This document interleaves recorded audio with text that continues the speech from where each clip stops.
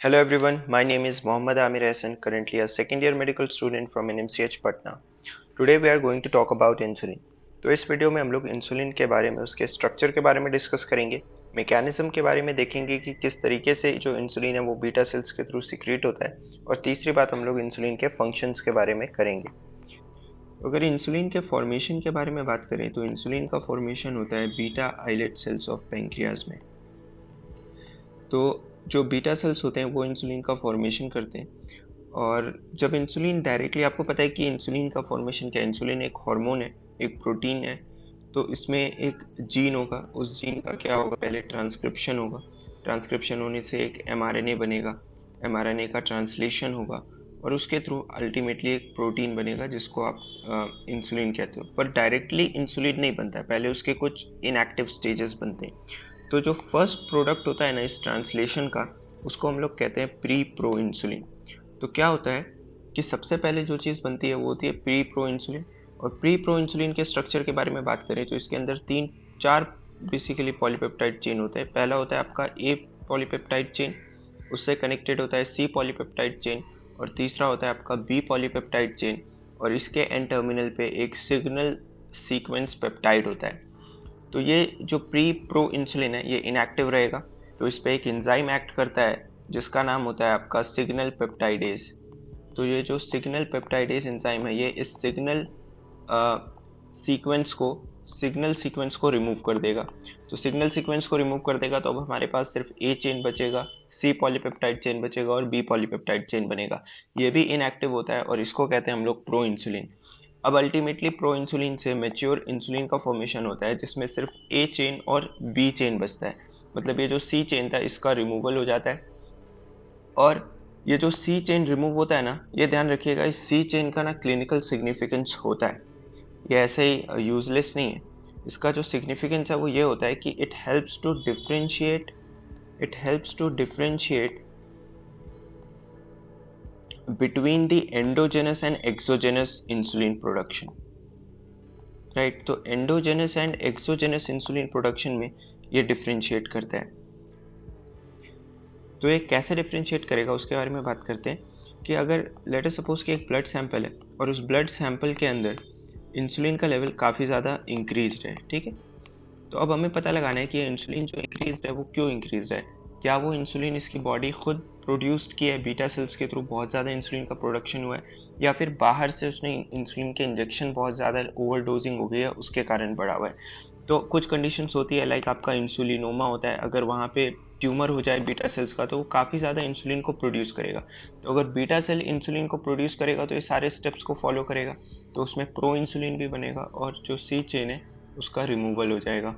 तो ये जो सी चेन है उसके अंदर सी पेप्टाइड के लेवल्स भी बड़े होंगे, सी पेप्टाइड का लेवल भी बड़ा होगा और इंसुलिन भी बड़ा होगा। पर अगर वो एक्सोजेनस इंसुलिन होगा, लाइक अगर सपोज कि अगर वो डायबिटीज़ मेलाइटिस का पेशेंट था और डायबिटीज़ मेलाइटिस के पेशेंट के अंदर बाहर से इंसुलिन के इंजेक्शन दिए गए, तो उनके अंदर सी पेप्टाइड के लेवल बढ़े हुए नहीं होंगे। तो इसी तरह से जो सी पेप्टाइड चेन होता है वो डिफ्रेंशिएट करता है endogenous and exogenous insulin production को।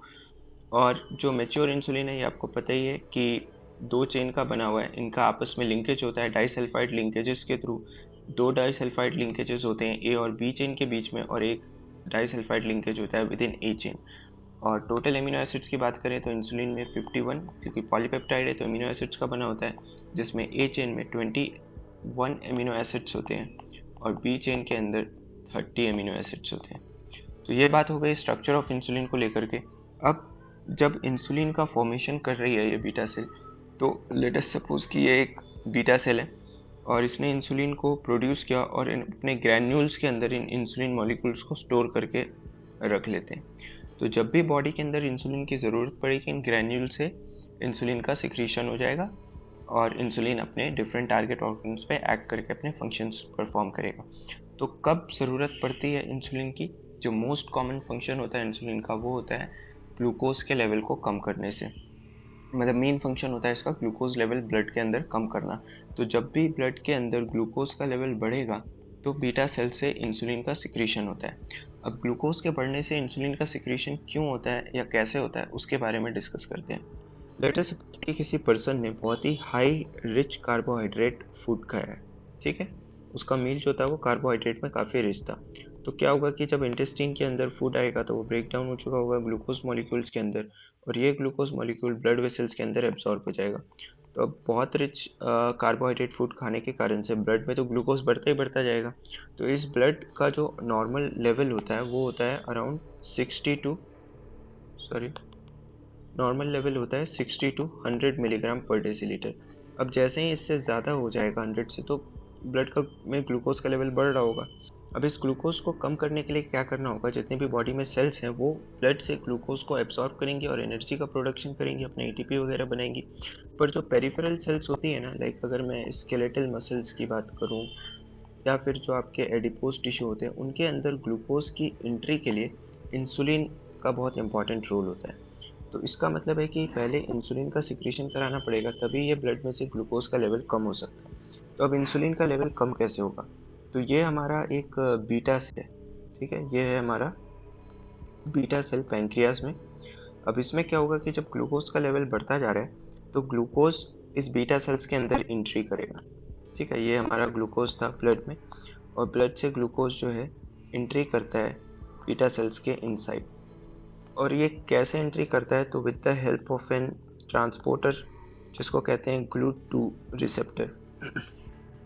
रिमेंबर कि ग्लूकोज के एंट्री करने के लिए बहुत सारे ग्लूकोज ट्रांसपोर्टर्स होते हैं, और ये जो GLUT2 ट्रांसपोर्टर होता है ना, ये इंसुलिन से इंडिपेंडेंट होता है। मतलब इसके थ्रू ग्लूकोज को एंट्री के लिए इंसुलिन की ज़रूरत नहीं है। तो ये बहुत ज़्यादा अपटेक करेगा इन ग्लूकोज मॉलिक्यूल्स का, और बहुत ज़्यादा जब ग्लूकोज मॉलिक्यूल्स का अपटेक होगा तो उसके कारण क्या होगा, ऑफ कोर्स ग्लूकोज मॉलिक्यूल को लेके वो ग्लाइकोलाइसिस करेंगे, टीसीए साइकिल में जाएगा, और अल्टीमेटली क्या होगा, एटीपी का प्रोडक्शन होगा। तो इस बीटा सेल के अंदर एटीपी और एडीपी का जो रेशियो है वो काफ़ी इंक्रीज हो जाएगा, एटीपी टू एडीपी रेशियो। अब इसके कारण क्या होगा कि इनके सरफेस पे एक पोटेशियम चैनल होता है, और उस पोटेशियम चैनल को कहते हैं एटीपी सेंसिटिव पोटेशियम चैनल। मतलब अगर इस सेल के अंदर काफ़ी ज़्यादा एटीपी बनेगा तो उस एटीपी के बनने से क्या होगा, इस पोटेशियम चैनल को ये इनहिबिट कर देगा। अब इस पोटेशियम चैनल के क्लोज होने से क्या होगा, तो आपको पता है कि पोटेशियम चैनल से क्या होता है, जो पोटेशियम होता है वो सेल के अंदर से बाहर जाता है।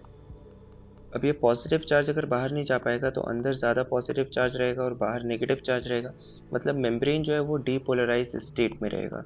तो इसके कारण से मेम्ब्रेन में डीपोलराइजेशन होगा, और इस डीपोलराइजेशन के कारण क्या होगा कि यहाँ पर एक और चैनल्स होते हैं, इनका नाम होता है कैल्शियम चैनल्स।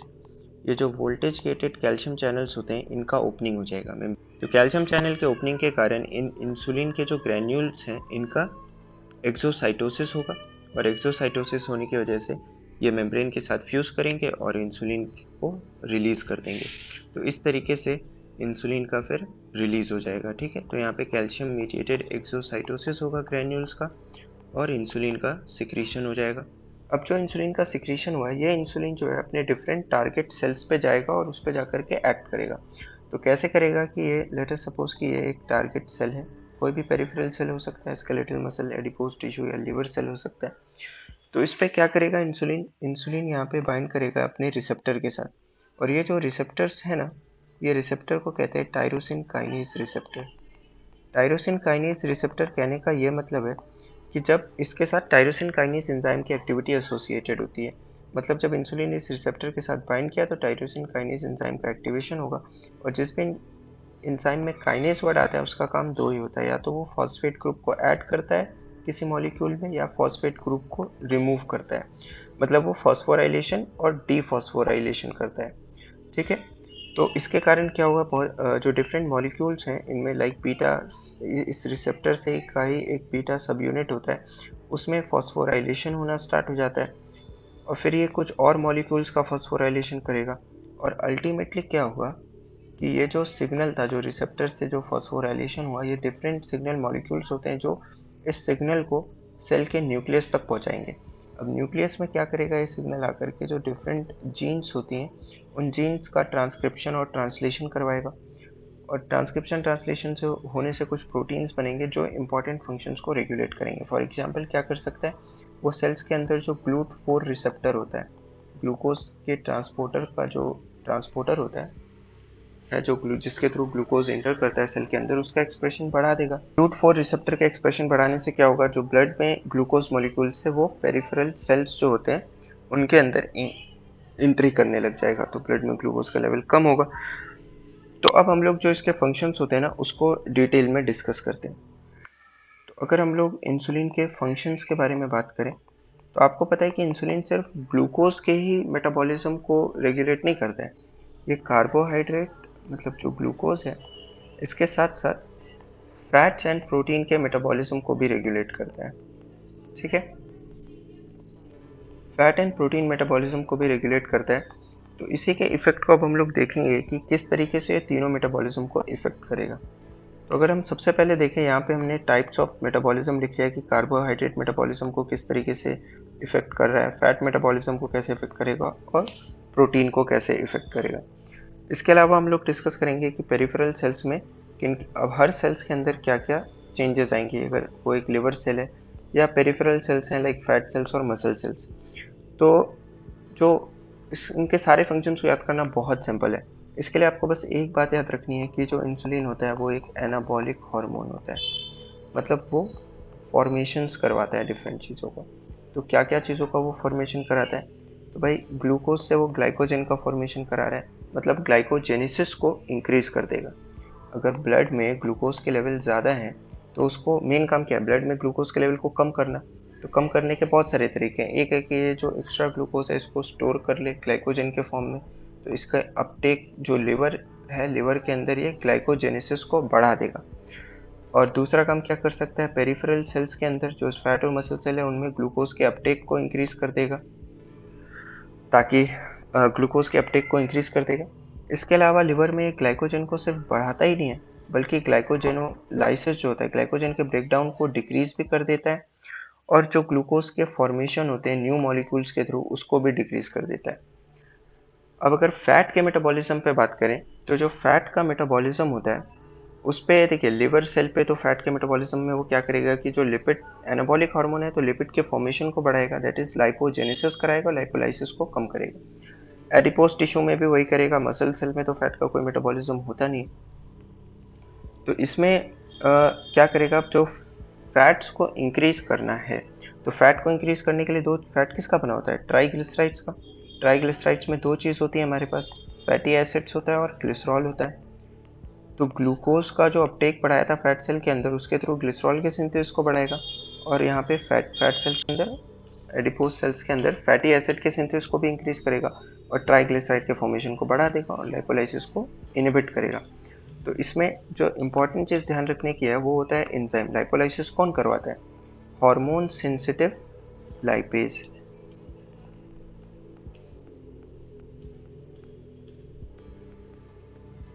तो ये जो लाइपेज एंजाइम है, हार्मोन सेंसिटिव लाइपेज, उसको इनहिबिट करता है। लेकिन यहाँ पे ध्यान रखने वाली बात है कि एक और लाइपेज होता है जिसका नाम है लाइपोप्रोटीन लाइपेज। ये लाइपोप्रोटीन लाइपेज को इंसुलिन स्टिमुलेट करता है। लाइपोप्रोटीन लाइपेज का फंक्शन क्या होता है कि जो लाइपोप्रोटीन्स होते हैं बॉडी के अंदर लाइक काइलोमाइक्रॉन्स हैं और VLDL मॉलिक्यूल्स हैं, उनके अंदर आपको पता है ट्राइग्लिसराइड मेनली स्टोर्ड होकर रहता है। तो इनसे ट्राइग्लिसराइड को एक्सट्रैक्ट करने का काम होता है काइलोमाइक्रॉन्स का, मतलब लाइपोप्रोटीन लाइपेज का।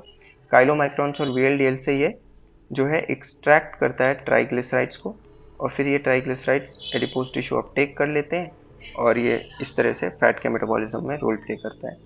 प्रोटीन का मेटाबॉलिज्म बहुत सिंपल है कि जो मसल होंगे उनके अंदर प्रोटीन के सिंथेसिस को इंक्रीज कर देगा, एनाबॉलिक हार्मोन है तो मसल में प्रोटीन के सिंथेसिस को इंक्रीज करेगा। तो कैसे करेगा, अमीनो एसिड के अपटेक को बढ़ा देगा जिससे वो प्रोटीन सिंथेसाइज करेंगे। तो ये फंक्शंस होते हैं जिनको याद करना बहुत सिंपल है विद जस्ट वन वर्ड कि एनाबॉलिक हार्मोन है तो फैट के सिंथेसिस को बढ़ाएगा, प्रोटीन के सिंथेसिस को बढ़ाएगा और कार्बोहाइड्रेट में ब्लड में ग्लूकोज के लेवल को कम कर देगा, मतलब वो ग्लाइकोजेनेसिस करवाएगा। ठीक है, तो ये था हमारा सारा रिव्यू फंक्शंस को। इसके अलावा एक और चीज़ करता है इंसुलिन जो ध्यान में रखने वाली बात होती है कि सोडियम पोटेशियम पंप को भी स्टिमुलेट कर देता है, जिसके कारण जो पोटेशियम होता है वो सेल के अंदर एंट्री करता है और इंटरसेलुलर पोटेशियम लेवल को भी ये बढ़ाता है। तो ये थे review of the insulin functions. Thank you very much.